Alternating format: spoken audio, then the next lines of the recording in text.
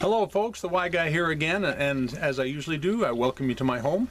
This is a beautiful summer day, and I'm really blessed. I hope you are too. I hope you feel blessed. Please look me up on Facebook under the group called the Y Guy, and also a different account, my avatar name, Jonathan Jones. And please leave a thumbs up, thumbs down, and polite comments to explain why you left the thumbs up or thumbs down. Alrighty. The name of this video is called The Y Guy Questions a Gift. Now, when it comes to defining a gift, there seems to be a double standard here in Christendom. And I want to explain why and the rest of the world is a little confused. What ends up happening is people will hear from one person what a gift is, and then from another person, they'll hear a completely different or a contradicting definition. And in my simple mind, that's not, that wasn't meant to be false humility, that was just meant to be sarcastic, I guess, or humorous anyway. Anyway, in my simple mind, I have questions I need to ask.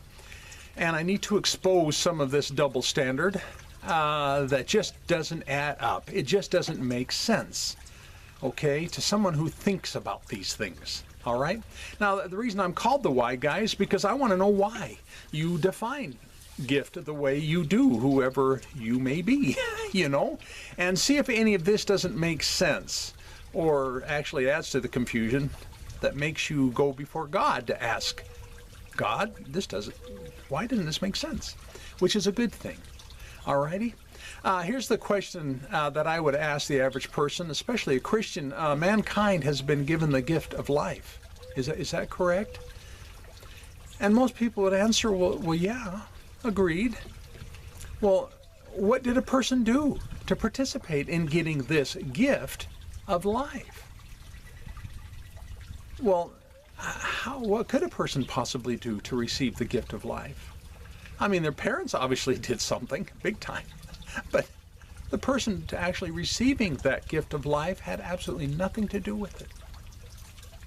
Well, then I'd have to ask especially a Christian, so if you weren't responsible to receive this gift of life, to validate it, is it still considered a gift? Even though you didn't receive it, is it still a gift? I know you're already catching where I'm going with this, aren't you? I know you are. Well, the average Christian would say, well, of course not. There was nothing you could do. You could take no responsibility upon yourself to receive the gift of life. A child, a baby can't do that, you know, a newborn. You know, when I was a kid, I used to blame adults or blame parents and say, well, it's not my fault I was born, you know. So, I'm just sorry, I had to digress there for a second. I have to ask a question then to the average Christian. Do you believe in God's grace? And every Christian I've met says, well, of course. Well, then how do you define grace? And most of the answers I get is unmerited favor. To one degree or another, it basically boils down to that. Then I'd have to ask, did you do anything to earn this grace? And most would say, well, no, I didn't do anything to earn it, or if I did, it wouldn't be called grace. Okay, that's the answer I've gotten from the vast majority.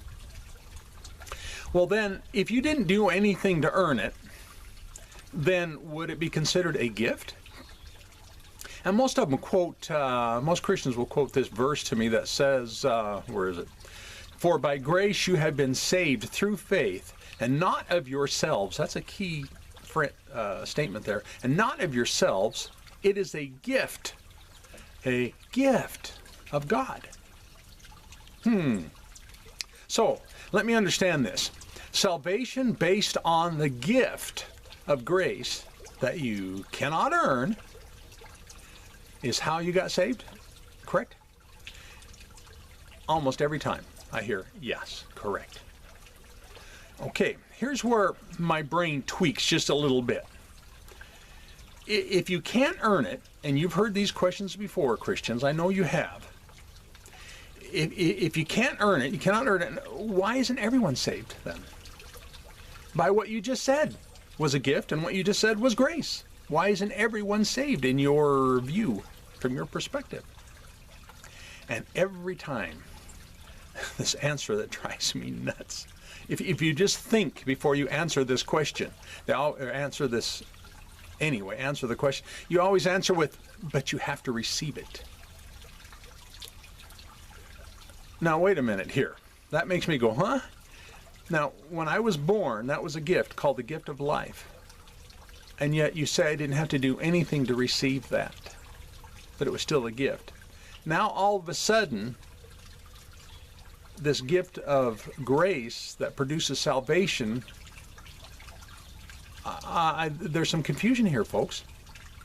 So I have to ask, is it a gift or not?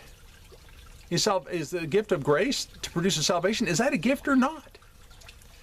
And every time it seems like a Christian will answer, well, yes, a gift, but.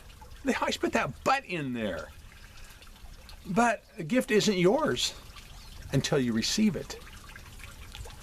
That makes me just go, huh? What the hell? You know? Now, so just like, are you telling me that it's not like the gift of life? That it's a totally different thing? See, this is the double standard I'm talking about. And yet, then you turn right around and you quote a Bible verse to me that's clear. That's very clear. The key phrase of that Bible verse you quoted. And that not of yourselves.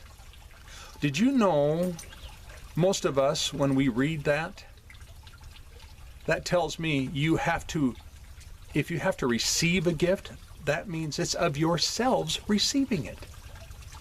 You see, this unmath, or I should say this lack of math, it just doesn't add up. And I'm just asking you to think about this. I'm not asking anyone to agree with me. I'm just asking to think about it. As I said at the beginning of the video, go before God with it. Don't go before a priest or your pastor.